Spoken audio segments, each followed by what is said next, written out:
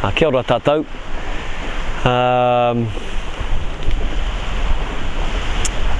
Kei konei mau ko taku hoa. I te taha o tēnei awa o tamatea e tū ana.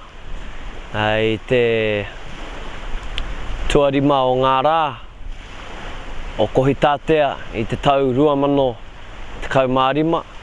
I te mutunga o te hui whānau. O te hui whānau o te whānau toka. And today would just like to share a little bit of korero about Ngāti Whātua's origins and te uri o hau.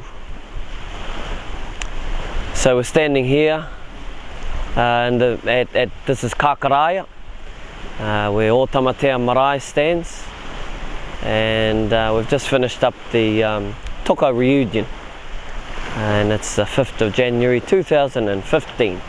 So behind us here, or behind me here, is the Tamatea River, which flows out to the Kaipara harbour. And just before I go into the korero for Ngāti Whātua, this river here, of course, is named after Tamatea Ariki, being the captain of the Takitimu waka. On that waka was Tamatea, and he was the captain, and the tohunga of the waka was Ruawharo. So Tamatea and his people, they lived up in Muriwhenua, the Kaitaia area, and north of Kaitaia, that's Muriwhenua. And he had a son, Rongokako, and Rongokako married a girl from those ways. Her name was Muriwhenua. Muriwhenua, she was a daughter of Pōhurihanga, who was the captain of the Kurahaupo waka. So Rongokako married Muriwhenua and had this famous man, Tamatea. Tamatea the second, and the addition to his name is Tamatea Pōkai Whenua. And another addition to his name is Tamatea Ure Ihaya.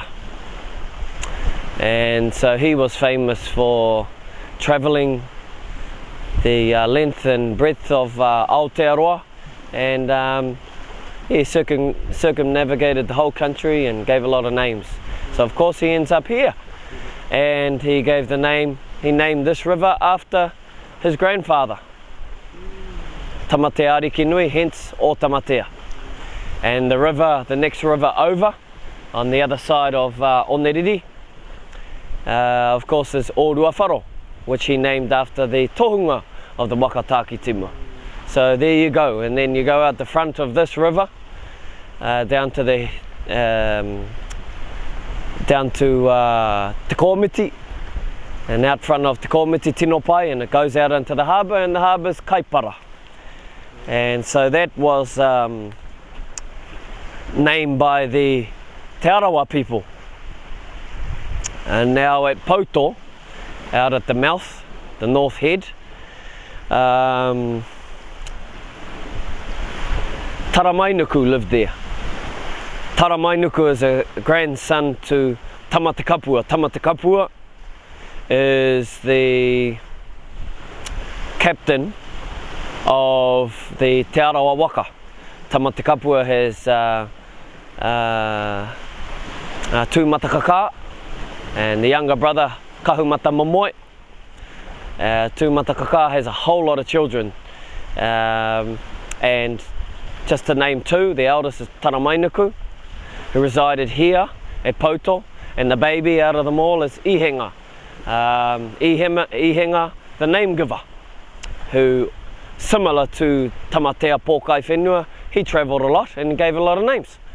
And to my understanding, I hear Te Arawa talking about him, and he discovered the Rotorua area and so on and so on. Now, Ihenga, at one stage of his life, him and his father, uncle, his father's brother, Kahumata Momoe.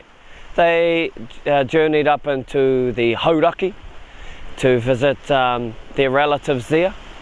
Another one of Ihenga's brothers lived there. They come into Tāmaki Makaurau, the Waitemata area, and there's a couple of names given there, hence O Kahu Bay, or Kahumata Momoe, Motuhi, the Pākehā call it. That's Te Motu a Ihenga.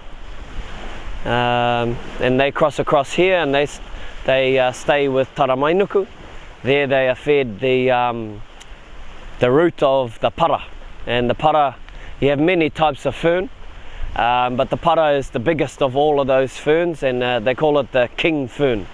And so the para was growing in this area, and the roots of that kai they make up into a kai, and Taramainuku shared that kai with Ihenga and Kahumata Momoe, and they enjoyed that kai. And Kahumata Momoe then suggested that the moana and the area be named Kaipara, and that happened. Ihenga, Kahumata Momoe returned from here, from Pouto, back to Rotorua.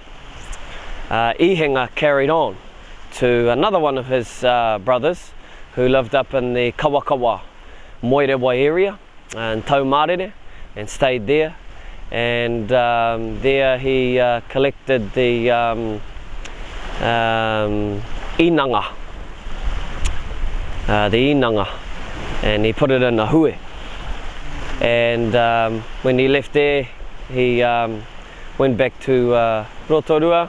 He went back there with the para and the inanga. And so that's how the inanga comes from, up in Taumarere area. That's how the first inanga to be introduced to those waters down there. And the para, I was talking to a kaumatu of Ngāti Whātua of Rotoiti, and Keneti is his name. And Keneti was telling me that I forget the name of the wairere, the waterfall and the river. It's by his marae, and one of the maraes in Ngāti Whātua and Rotoiti, and that's where the para was placed, and it's still there today. So it's good to have that confirmation of these stories by the home people who still live today in those areas, the uri of Ihenga. So yeah, that's just korero about this river and how it flows out into the Kaipara. So yeah, that's that korero. Now